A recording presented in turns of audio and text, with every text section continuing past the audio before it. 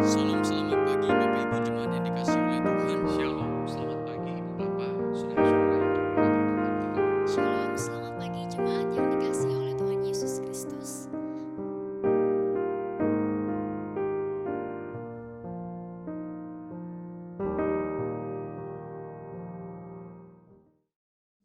Shalom, selamat pagi Ibu Bapak, saudara-saudari yang diberkati Tuhan.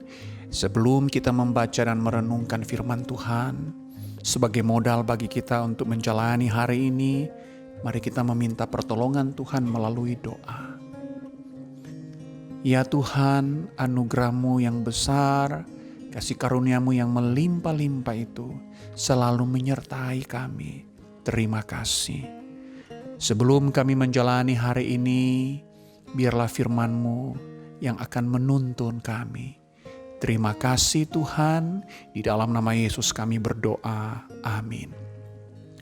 Saudara, pembacaan firman Tuhan kita pada pagi hari ini diambil dari Yohanes pasalnya yang ke-11, ayatnya yang ke-40, yang berbunyi demikian.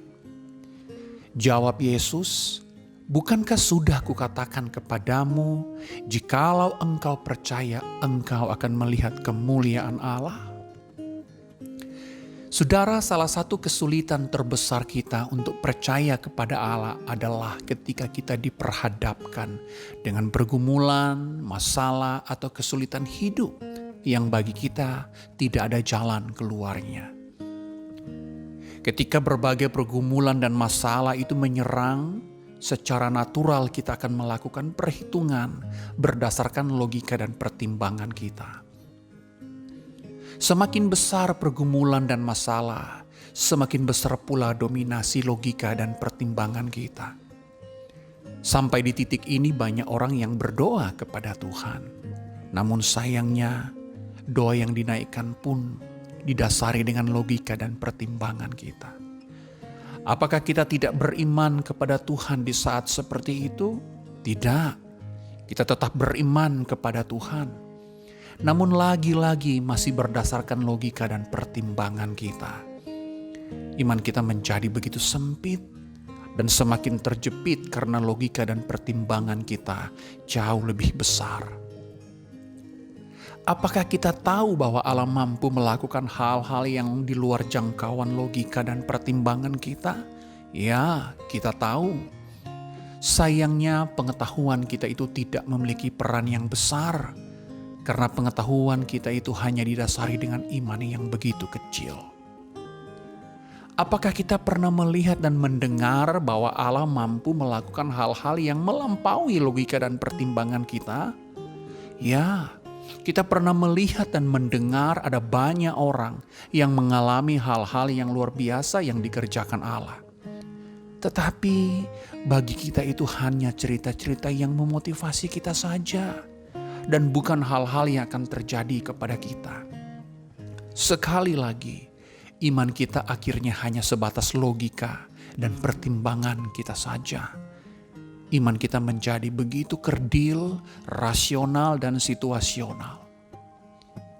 Saudara, kira-kira 150 tahun yang lalu, ada seorang akrobat dari Perancis yang bernama Charles Blondin.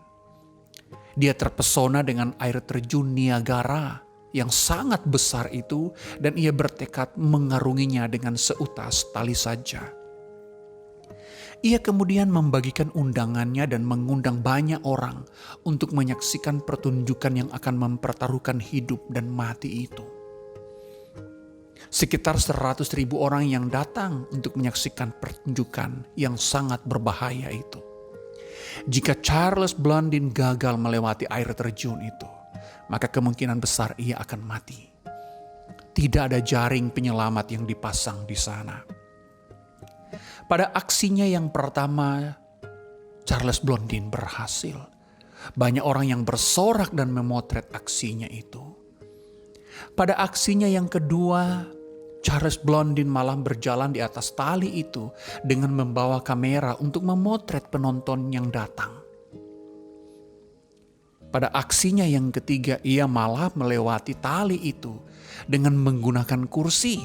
Ia berdiri di atas kursi itu. Itu pertunjukan yang sangat luar biasa.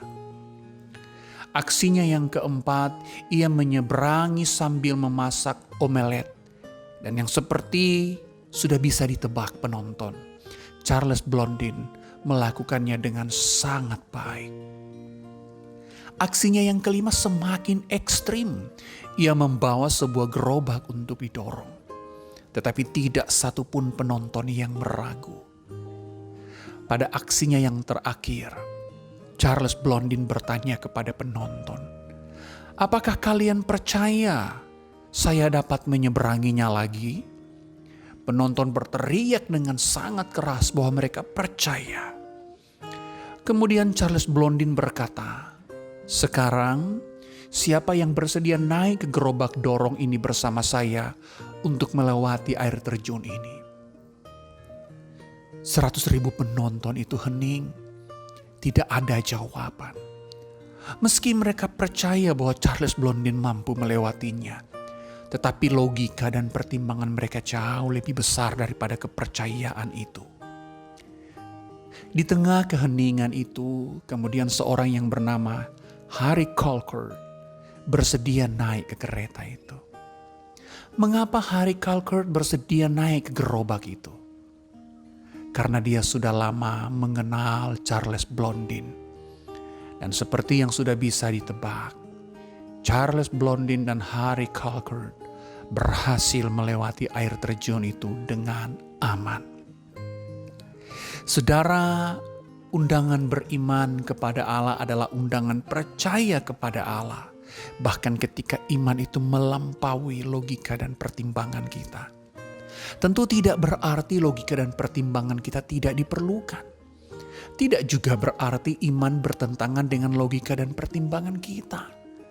Tetapi beriman kepada Allah berarti mempercayakan hidup kita kepada Allah secara total. Bahkan ketika hal tersebut bertentangan dengan logika dan pertimbangan kita. Banyak orang Kristen memiliki iman kepada Allah hanya seperti 100.000 orang penonton yang percaya kepada Charles Blondin bahwa ia dapat melewati air terjun itu dengan mendorong sebuah gerobak. Namun mereka menolak untuk naik ke atas gerobak itu. Saudara, iman kepada Allah terkadang menuntut kita untuk naik ke atas gerobak itu. Membiarkan Allah yang mendorong kehidupan kita dan percaya penuh kepada Allah bahwa Allah sanggup membawa kita dengan aman. Amin. Mari kita berdoa. Bapa, ajarkanlah kami memiliki iman yang seperti Engkau inginkan. Iman yang melampaui logika dan pertimbangan kami. Iman yang berani menyerahkan hidup kami secara total kepada Engkau. Dan percaya di dalam Engkau hidup kami aman. Di dalam nama Yesus kami berdoa. Amin.